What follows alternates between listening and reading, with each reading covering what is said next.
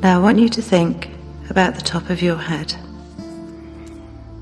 Many people don't realize that tension often starts in the little muscles of the scalp. So I want you to think about those little muscles and the skin of your scalp and just allow them to let go and relax. Now all the muscles of your face, just let them go slack. Your forehead and your eyes and eyelids, cheeks, mouth and jaw muscles. It's a wonderful feeling when you let your face totally relax, because you can actually feel the skin settling and smoothing out. Might mean that your mouth opens slightly, but whatever's best for you, just let it happen. Unclench your teeth and relax your tongue, because the more you physically relax, the more you can mentally relax. And thinking about your neck and shoulder muscles now, and into the tops of your arms, letting all tensions drain away as you think on down through your elbows, into your forearms, down through your wrists and into your hands, right the way down to the very tips of your fingers and the tips of your thumbs. Just letting all those muscles let go and relax. Now think about your breathing, noticing that you're breathing even more steadily, even more slowly as you relax more and more. So you can let any tension in the chest area simply drain away as you think on down to your stomach muscles, letting those muscles relax too. And think down into your back now and the long muscles either side of the spine. Just let those muscles relax. And your waist and your main thigh muscles as you think on down through your knees, down through the shins and calves, just allowing all those areas to relax and let go. As you think on down through your ankles, through your feet and into the very tips of your toes, all the muscles of your body beautifully relaxed and easy and very lazy.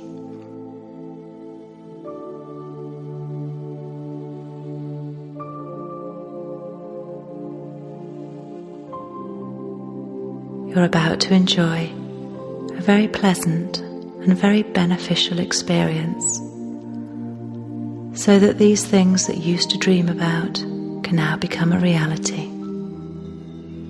Sitting here now, eyes closed, relaxed, you begin to become aware of all the sounds around you, the sound of my voice, the sounds in the room and outside the room, other voices, other rooms. And you know that you don't need to listen to each word that I say or don't say, as your conscious mind just drifts away to those pleasant scenes in your imagination. And your subconscious will understand and pay great attention to each thing I say or don't say as relaxation continues. Nothing bothers you and nothing disturbs you. And it's thoughtful how you do feel relaxed, so completely relaxed, easily and effortlessly, comfortably relaxed. And as you drift even deeper now with each word that I utter, with each breath that you take, I begin to wonder if you've ever had the pleasure of giving in to sleep while trying to stay awake, where you drift and you dream for a while, and then you drift and you dream even more, even deeper. And that is indeed a special feeling, and you do know that feeling, don't you? The sensation of drifting away, while those noises in the background of awareness continue, and your mind first drifts away when a word or a phrase reminds your mind of all the things that are needed for you. That beautiful characteristic of allowing you to be good for you, to feel free and comfortable, to discard old fears and inhibitions, to eliminate old unwanted feelings, to resolve old issues, to recognize the good times in your life, to explore and expand your capabilities for joy in your life, to explore new ways of experiencing joy in your everyday life, and to allow you to experience those joys of nature more fully, to amplify those nice, warm feelings that come from there, special memories, those special times that are past, to search, to find the things that seemed to be one way, turned out to be another, and then you drift and you dream for a while, and those words become soothing sounds in the background of your mind.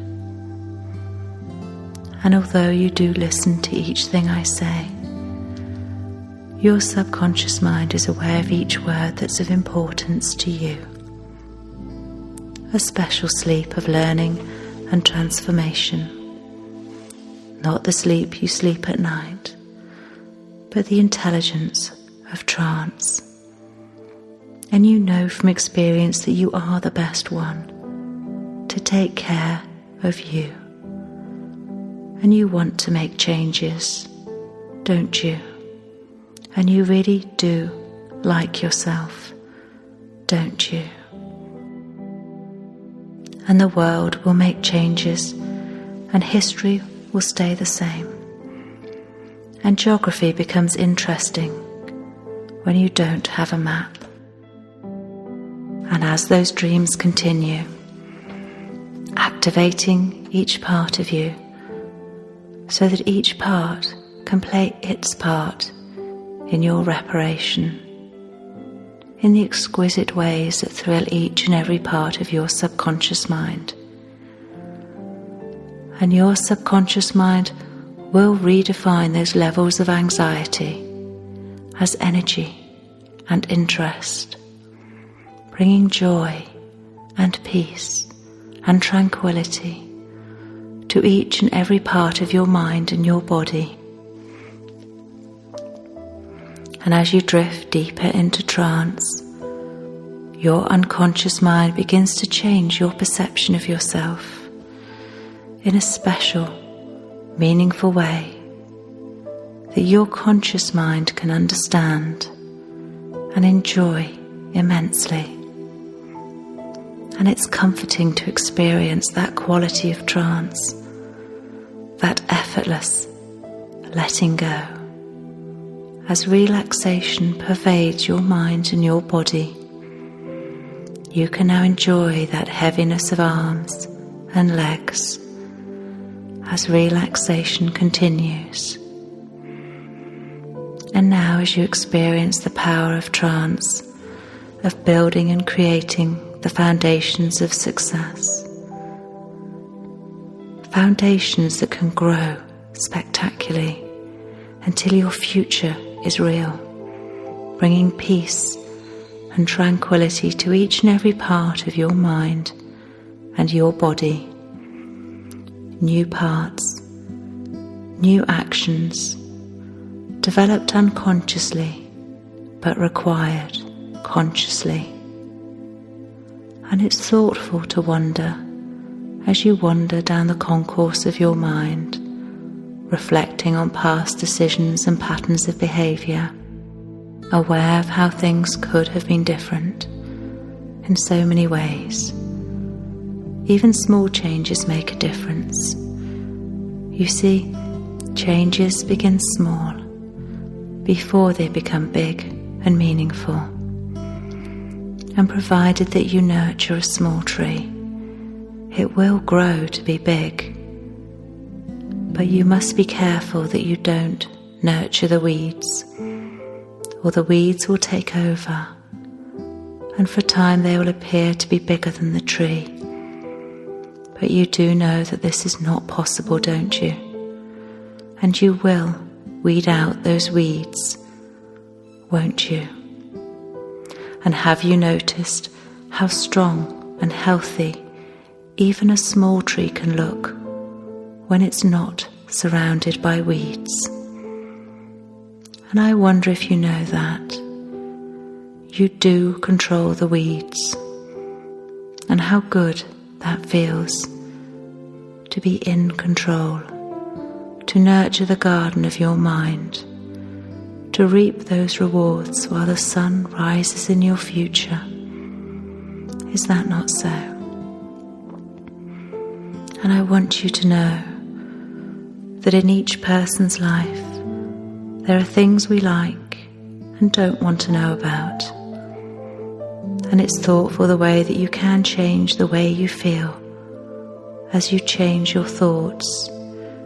You see, we all live our lives in reflective actions that employ many guided motions and much misguided conditioning from childhood.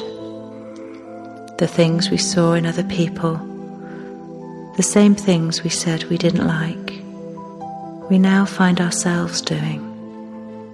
In every family there are guilt throwers and guilt catchers, destroyers and builders. Not the same builders that build houses, but special builders that build dreams and futures, real and imagined, setting out goals to aim for, parameters of acceptable behaviour, protective barriers, and borders that should not be crossed, creating criteria, setting foundations of happiness and expectation, whilst controlling their own lives in ways that are fulfilling and delightful.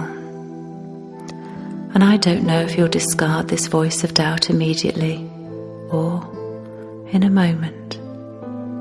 And it's thoughtful how evolution changes man and animals, both physically and mentally, to fit in and not stand out. And you do know that. You don't have to please everyone. And you should listen intently to that little voice that waits for you, to love yourself. And you can love yourself, can't you? And you do love yourself, don't you? It's whether you now make this change quickly or slowly, as you now change your thoughts about yourself exquisitely. And have you noticed how good you feel now? And I know that you know that. It's pointless to split resources. It's much better to join together than mingle easily, to be as one, with one voice, one successful objective, an amalgamation of mind and body. And now, as you relax even more, perhaps more than you've ever relaxed before, you begin to realize how quickly you grasp this technique. How surprised you will not be when the way you think, the way you feel, the way you behave changes completely, immediately, in a way that is satisfactory to each part of you. And I don't know if this change will happen now or in an hour from now, but I do know that you would not be listening to me now if you didn't feel that my way is the better way of dealing with these issues of your life. Nor would you listen to me if you didn't think that I could show you how to resolve those issues in a special way that protects you from the things that it's not always necessary to know. just like a child protects someone they love, unquestioningly, sometimes without rhyme or reason. In the same way, your subconscious mind protects you. Your subconscious mind will communicate with your conscious mind and make those changes in your thoughts, your feelings, your behavior that are necessary and beneficial for you now. And I wonder if you've made enough changes yet, if you realize that these changes will continue and that problem that you used to have will now be resolved, over and finished with, devoid of emotion, put back into the past where it belongs, never to resurface again. Is that not so? And as your thoughts now drift into the future, you can feel and see how wonderfully you behave and exquisitely control your emotions and your thoughts in any given situation.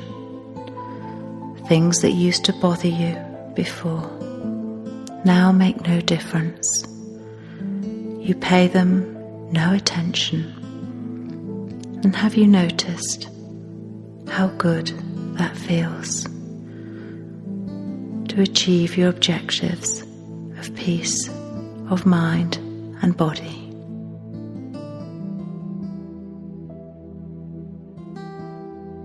And while you're resting in this very pleasant way, I want you to imagine something. I want you to imagine that you're looking at a steel ball resting at the top of a gentle slope. Just imagine that now. You're looking at a steel ball resting at the top of a gentle slope. And as you look at it, so the ball begins to roll slowly down that slope. It moves slowly and follows a very straight course as it moves. But now I want you to imagine that a little way ahead of the steel ball and off to one side of the track, you can see a strong magnet. And as the ball is rolling towards the magnet, so it enters the magnetic field, and the magnet pulls on the steel ball, not enough to make it stick to it, but enough to make it change its course. The steel ball is now rolling in a completely different direction from its original path. Now there's a reason for imagining this, because your pathway through life is like the path taken by that steel ball. In the beginning, your pathway through life was set. You were following a course that was right for you. It was comfortable. It was right for you. It felt right. But you soon found that you were being influenced by other people, acting like magnets, trying to pull you off course, trying to make you change direction. In short, they made you feel that your way was wrong. They wanted you to conform to their ways and follow their course of action. By trying to please them, you changed your course, and you've been following a way that has not been what you originally set for yourself. And the result has been that you felt uncomfortable. It has not felt right. And you've consequently felt that you have lost your individuality through trying to please other people. And this has been the problem. So let's see what can be done about it. Let's return to our picture of the steel ball and make a few changes. Once again, imagine that steel ball at the top of the slope. But this time, as you look at it, see it grow to double its size and weighing twice as much. Now see it rolling and see what happens. It approaches the magnet, and the magnet tries to pull on it. But this time, the ball is too heavy and too big and does not deviate from its course. It keeps on rolling in the same direction. The influence of the magnet has not been strong enough to make it deviate from its course, and has not been strong enough to affect the ball, and it just rolls straight past. These simple changes were enough to overcome the problem. For you to overcome the problem, it's not necessary to grow in size or to put on weight, but you can grow in strength and in power, and you can do this easily. As you rest there now, I want you to realize something, and realize it well. Understand it and acknowledge it. It is not your purpose in life to become a carbon copy of somebody else's. You are an individual in your own right. You have your own opinions. You have your own personality. These things are right for you. No other person has the right to try and take these things away from you, to make you conform to their ways. You are a person in your own right, a complete person, and they must either accept this fact or go on their way. Your individuality is precious. It must be protected, and you can protect this with your own strength. Your strength has been weakened by the influence of other people, but that strength is still there. It is within you now. So now is the time to rediscover it and let it grow. So, as you rest there now, just imagine yourself as being strong enough to withstand the influence of other people, strong enough to stand on your own feet. Imagine you are that strong now, and as you imagine it, feel that strength. It's there. You can feel it. Feel the confidence that goes along with it. Feel yourself able to speak out, able to defend your own individuality. Feel these things now, because as you can now feel them, you know they are there. You already have that strength. It's there. You can feel it. So you know it's there. Acknowledge it. Welcome it. It's yours. Now you've experienced these things, you can recognize them and use them. Now you know they're there. You can become more and more aware of them.